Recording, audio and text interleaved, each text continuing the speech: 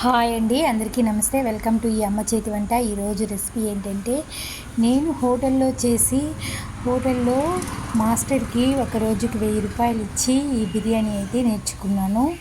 ఇప్పుడైతే మాస్టర్ వాళ్ళ ఊరికి వెళ్ళిపోయిన దానివల్ల నేనైతే ఇప్పుడు మా హోటల్లో ఈ బిర్యానీని నేనే రెడీ చేస్తాను. అంటే సూపర్ టేస్టీగా మాస్టర్ కంటే హై లెవెల్లో వచ్చే బిర్యానీ అయితే ఇప్పుడు రెడీ అయిపోతుంది. ఈ బిర్యానీ టేస్ట్ అంటే చాలా సూపర్గా ఉంటుంది. నేనైతే ఈ బిర్యానీని కొన్ని టిప్స్ చెప్తాను. ఈ టిప్స్ ఫాలో చేసినారంటే బిర్యానీ పర్ఫెక్ట్గా దమ్ బిర్యానీ అయితే హైదరాబాద్ దమ్ బిర్యానీ చాలా చక్కగా సూపర్ టేస్టీగా ఉంటుంది.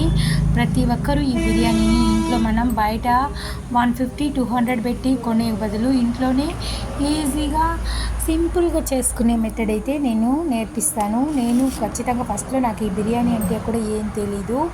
అలాంటిది నేను మాస్టర్ వచ్చిన తర్వాత కొద్దిగా అయితే ఈ బిర్యానీ ఏ విధంగా చేస్తాడనేది నేర్చుకున్నాను. ఇప్పుడు నేనైతే ఒక పక్క స్టవ్ పైన నీళ్లు పెట్టి బాస్మతి బియ్యాన్ని 1 కేజీ తీసుకొని 1 అవర్ నానబెట్టించుకొని, ఇంకో సైడ్ అయితే ఆయిల్ వేసుకొని మనం గరం మసాలా అంతా వేసుకోవాలి. బిర్యానీ ఆకు, లవంగాలు, పట్ట, ఇలాచి, మొగ్గ అన్నీ వేసుకొని మొగ్గలంతా బాగా బుడ్లుగా తేలాక మనం పచ్చిమిర్చి వేసుకోవాలి. పచ్చిమిర్చి వేగిన తర్వాత ఆనియన్ వేసుకొని, ఇక్కడే మనకు ట్విస్ట్ అంతా ఉందండి. మనం బిర్యానీ చేసేటప్పుడు ఆనియన్ అయితే బాగా ఫ్రైడ్ అయ్యే వరకు వేయించాలి.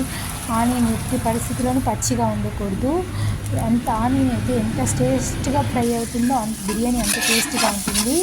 ఇప్పుడు ఆనియన్ బాగా రెడ్ కలర్ వచ్చే వరకు ఫ్రై అయిన తర్వాత మనం అల్లం వెల్లుల్లి పేస్ట్, టమాటాలు, పెరుగు, కారం, గరం మసాలా, చికెన్ మసాలా, నేను చేసుకున్న హోమ్మేడ్ మసాలా అన్నీ అయితే వేస్తారు. మాస్టర్ అయితే దీంట్లో వేస్తారు. జీరా పౌడర్ అంతా వేసి మిక్స్ చేసుకుని మనం ఆల్రెడీ చికెన్ని కడిగి సాల్ట్ వేసి ఉప్పు వేసి 2 సార్లు కడిగి చికెన్ సాల్ట్లో ఒక 10 నిమిషాలు నానబెట్టిన తర్వాత జల్లెల్లో అయితే చికెన్ వేసి పెట్టుకుంటే వాటర్ అంతా పోతుంది. ఇప్పుడు మనకైతే చికెన్ ఇందులో వేసుకొని ఒక 5 మినిట్స్ మూత పెట్టి మనం అడుగంటకుండా వాటర్ వేసుకుంటూ కలుపుకుంటూ 5 మినిట్స్ వేస్తే చికెన్ బిర్యానీ రెడీ అయిపోతుందండి.